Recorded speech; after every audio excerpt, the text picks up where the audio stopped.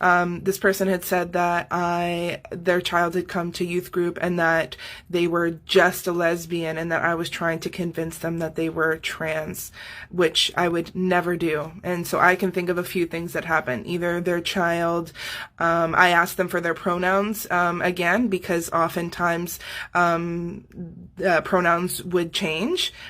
So perhaps that was them perceiving that I was assuming that they were trans. I asked everyone their pronouns. I never assumed gender. And if I did ever make a mistake, I immediately corrected myself. And so that, or the child was experimenting and tried to see what their parents' reaction was going to be. And when their parents did not react in the way that they wanted, blamed it on me, which, is fine if that helped them to feel safe in the moment, to say like, well, Katrina said I was, I don't put that past a youth, doing that, because, it's not always safe to come out to everyone. Like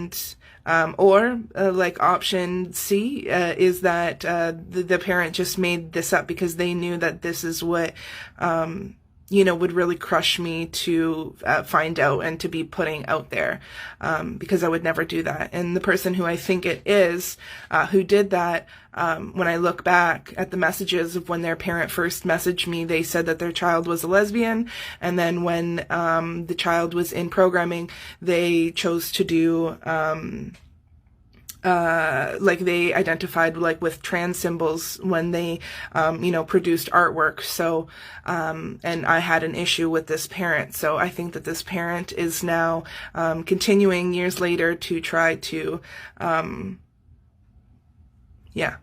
make things up and defame me. There was a reason why I put up a boundary with this parent.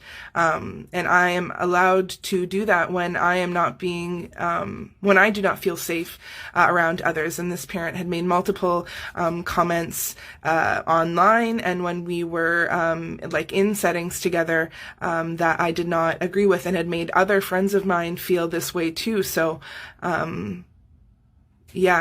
my feelings there were valid, and this person continues to just spread misinformation. There's always two sides to every story, and so just believing what you see online from one person's perspective is not giving us a fair chance, and is not giving you the full story. And I treat people well when I'm treated well. So.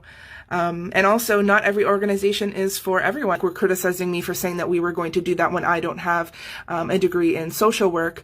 And when I explained that I wanted it to be like a collaboration, and I wanted to find the resources, but we didn't have money to be able to pay people, so I wasn't in the spot to be able to do that. And lived experience is valid enough for me to be able to have these conversations, and to be a speaker.